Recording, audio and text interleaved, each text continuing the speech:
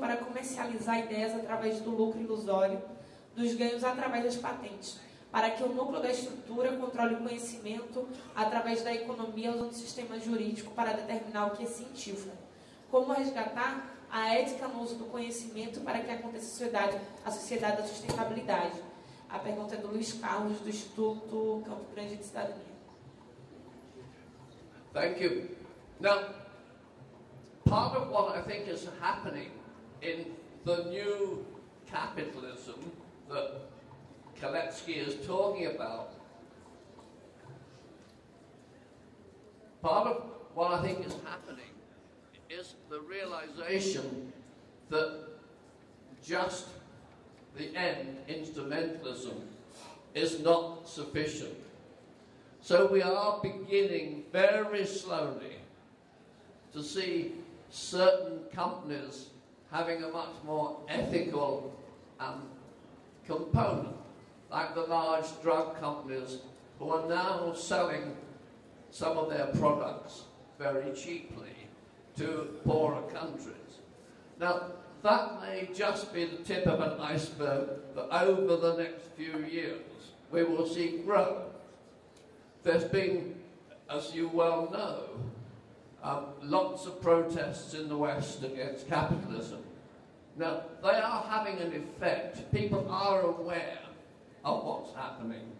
So, genuinely, I think that we may begin to see a more ethical, a more softer capitalism in the next generation.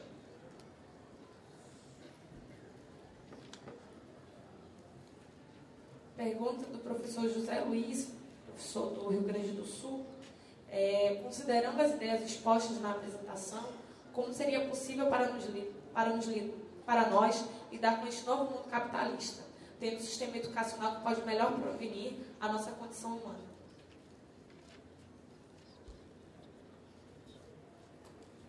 Well, one of the things I tried to show was the way in which, in the West, we saw the universities responding to the capitalist demands. But there is a sense, you see, in which, in Britain, Mrs. Thatcher cut university grants tremendously. And her intention in the early 80s was to make the universities dependent upon the market, not to be dependent upon the state. Now, it's important that the state can control much of its own education, that it shouldn't be left to the market. What happened in the West, in Western Europe, especially in Britain, was that it was left very much more to the market, as if the invisible hand of the market will work it out. It hasn't.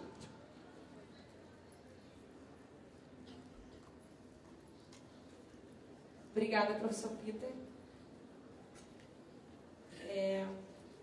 Professor Abicalhão, do Abraão, do Instituto Federal do Maranhão. Segundo o filósofo educador Humberto Roden, não existe crise na educação porque a educação não existe.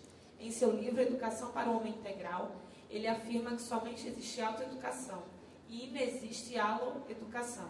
Logicamente, o que está fora do conceito de educare é apenas a instrução. Pergunto qual conceito de educação podemos construir, definindo-a então dentro de um prisma universal. Como aplicar novo conceito para que a humanidade não continue a descer um fim escatológico. Primeiramente, a pergunta do Bruno. Abraão, perdão, de Maranhão. Ela é uma pergunta que tem a ver com as condições objetivas em que se materializou a instituição escolar. Se nós temos, por um lado, que o fenômeno educare é aquilo que é íntimo e que parte de dentro, as formas de convivência humana, de conurbação, de conformação dos burgos, das cidades, da organização da produção, nos levou a institucionalizar processos de transferência instrumental. Daí a sua proximidade com a palavra instrução. E foi essa razão, Abraão, que me levou a nós recuperarmos o que diz a Lei de Diretrizes e Bases da Educação Nacional sobre o fenômeno educativo, que é muito além daquele abrangido por instituições escolares, que é nitidamente instrucional na sua matriz, mas que veio ganhando condições de valoração humana, inclusive de interposição de valores de convivência, que eu procurei retratar, por exemplo, como disse aqui, o pensamento da nova classe média. Então não é apenas um ambiente de instrução para mover mecanismos da produção. É também esse espaço educativo escolar um espaço de interação e de conformação do caráter, do valor, do destino, da finalidade, do pensamento, da expressão. E quanto menos ela se aproximar dos fenômenos culturais da expressão humana, mais instrucional ela vai ser. Quanto mais ela tiver ampliado as suas oportunidades educacionais para essas outras dimensões da manifestação humana, mais educacional ela vai ser. Creio que a tensão representada pelo filósofo, por um lado, pode levar inclusive à dimensão daqueles que acham que o direito de escolha é tão individual, e isso está hoje em debate nas sociedades enriquecidas, que todo o processo educativo independe dos espaços de convivência humana organizados na forma de estabelecimentos escolares. E, portanto, cada qual cuida de fazer fluir a sua própria forma de manifestar aquilo que é o educar. As sociedades humanas que evoluíram até a essa dinâmica do século XXI já experimentaram formas de pensamento e prática política desta natureza. Entre essas formas e práticas políticas, até a eugenia prosperou, o que significa, portanto, um ponto de interrogação bastante forte sobre o que significa, em sociedades contemporâneas, de forte compressão sobre convivência em espaços urbanos e pequenos, de competitividade pelas condições de sobrevivência, uma concepção como esta. Por outro lado, essa concepção também leva àquela outra, de que se é o universo de educação, um universo individual e familiar, cada qual deve cuidar dos seus, e ninguém cuide dos meus. Esta convivência, portanto, é, no nosso entendimento, um ponto de conflito dessa compreensão, um ponto de conflito cuja consequência social seguramente precisa ser melhor refletida. Mas eu não tenho nenhuma dúvida, qualquer dúvida, de que não é a educação escolar aquela que esgota a condição do fenômeno educativo. E é por essa razão mesmo que as escolas devem não se assustar com a sua instabilidade, com a manifestação dos seus conflitos e com uma dimensão em que democracia não significa silêncio consentido, nem suicídio induzido, na expressão do nosso líder grego, da esquerda grega, mas ao mesmo tempo um espaço onde a frevança, o fervor aparece. E, portanto, a conflitividade é uma via condutora de todo o seu processo de trajetória comum. Por isso, uma escola unitária não é uma escola que tenha uma feição única em qualquer lugar e com qualquer público.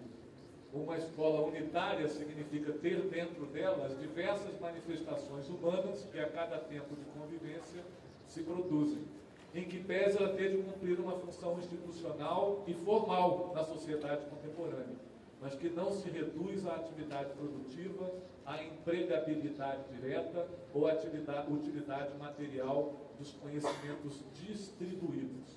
Porque também a escola deve ter o espaço para os conhecimentos ignorados, não legitimados. E isso está expressado na nossa legislação, quando fala da valorização da experiência extraescolar.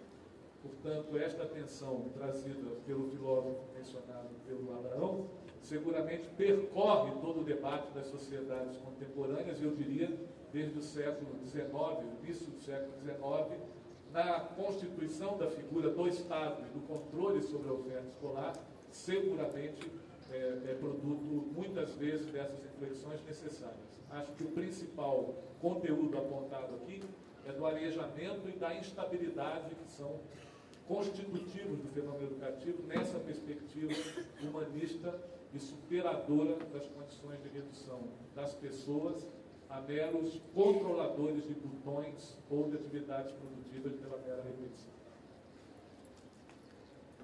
Da Patrícia, do Instituto Federal do Ceará, e mestranda de Educação da UFC. Como democratizar a educação nesse contexto de mundialização do capital?